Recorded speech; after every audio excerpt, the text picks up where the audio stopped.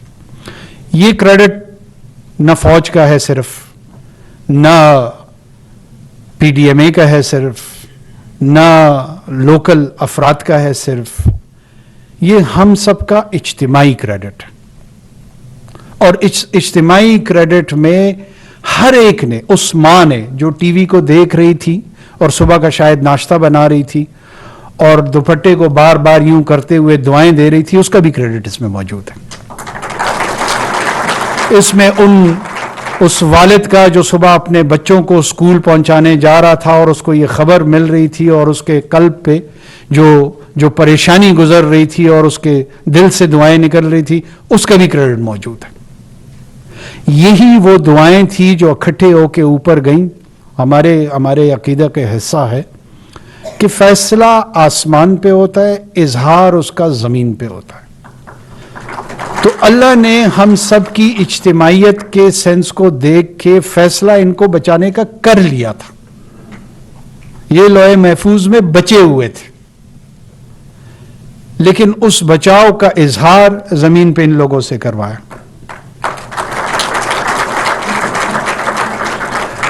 ہمیں صرف یہ توفیق دی کہ ہم آپ کی توصیف کر سکیں, ہم آپ کی تعریف کر سکیں. ہم آپ کی تعظیم کے لیے, آپ کی توصیف کے لیے, آپ کی تعریف کے لیے آج اکٹھے ہوئے.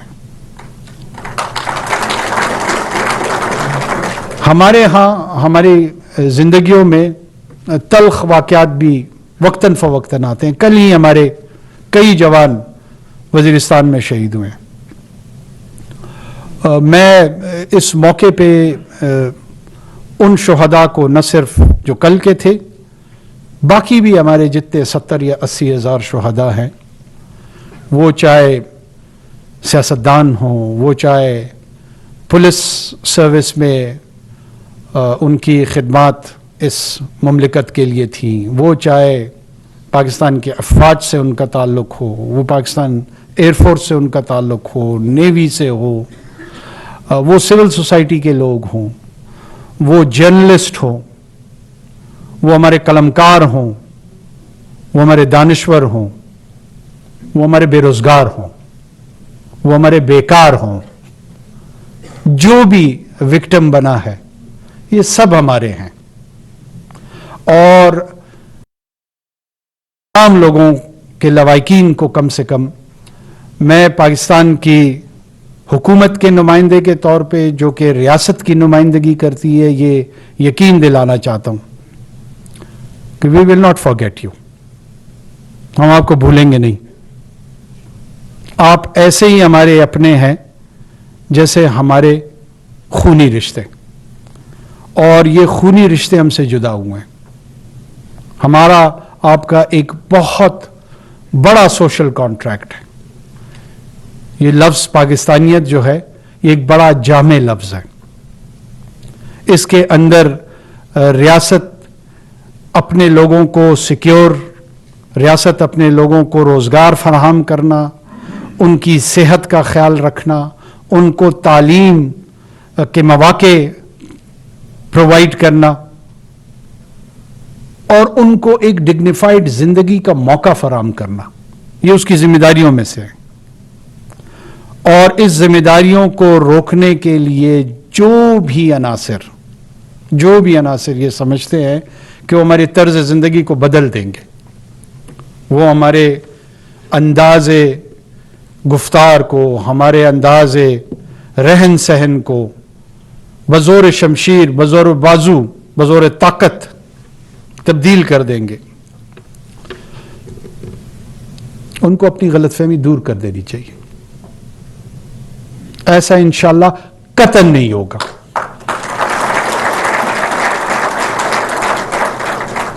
یہ ہمارا گھر ہے، ہم کہیں نہیں جا رہے. دس از ہوم. اگر ان کو کوئی خوش فہمی یا غلط فہمی ہے وہ دور کر لے. اور گھر کا نظم اور نظام الحمدللہ بہت ہی با اختیار اور باصلاحیت لوگوں کے ہاتھ میں.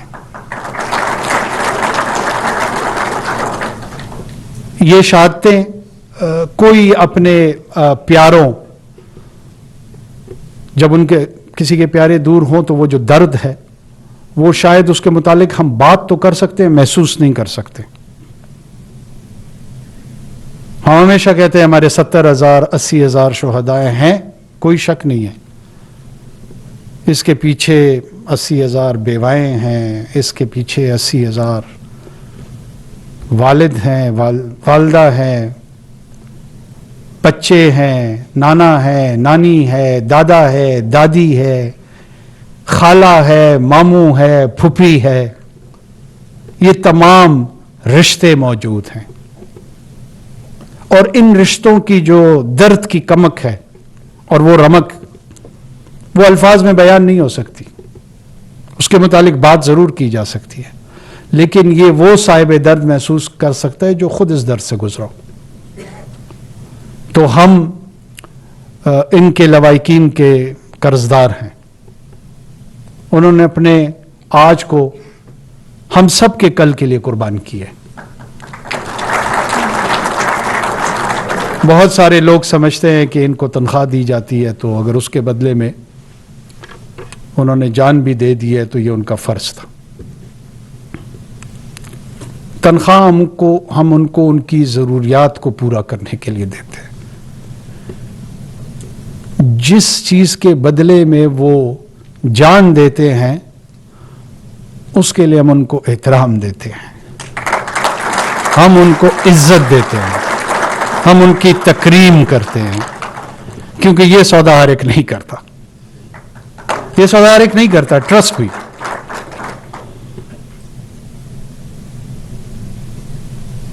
جس نے اپنے آپ کو انلسٹ کرنا ہے بتا دے، اپنی جان دینے کے بدلے میں کیا افزانا چاہتا ہے بتا دے. میرے ذہن میں کوئی فگر نہیں آتی کہ کون سا افزانہ ہوگا اس کے لیے. 1 لاکھ، 1 کروڑ، 1 ارب، 2 ارب، 10 کروڑ، آئی ڈونٹ نو، مجھے نہیں پتا.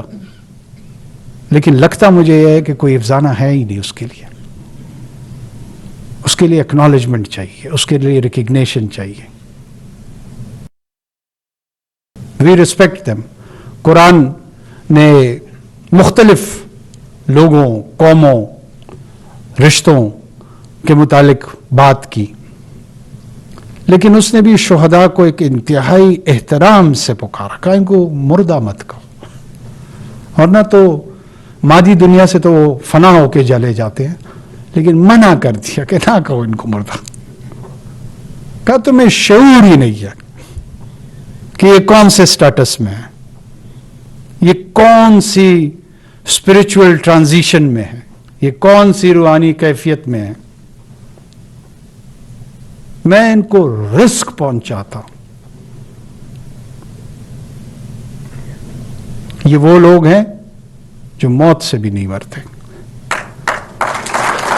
رزق تو زندہ کو دیا جاتا ہے, مرے ہوئے کو تو رزق نہیں دیا جاتا. یہ وہ لوگ ہیں جو مر کے بھی نہیں مرتے, جو موت سے بھی نہیں مرتے. تو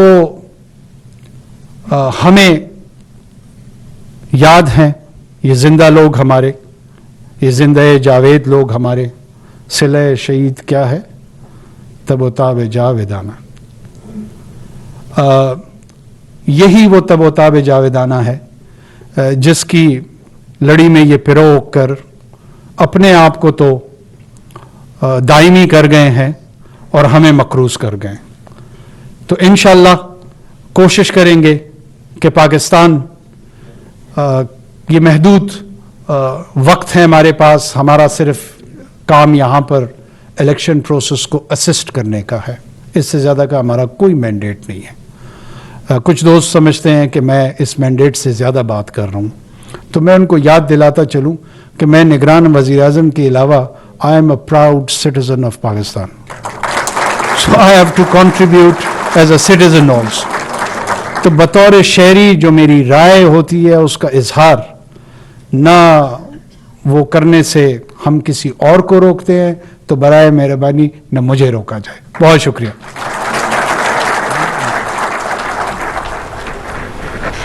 نگراں وزیر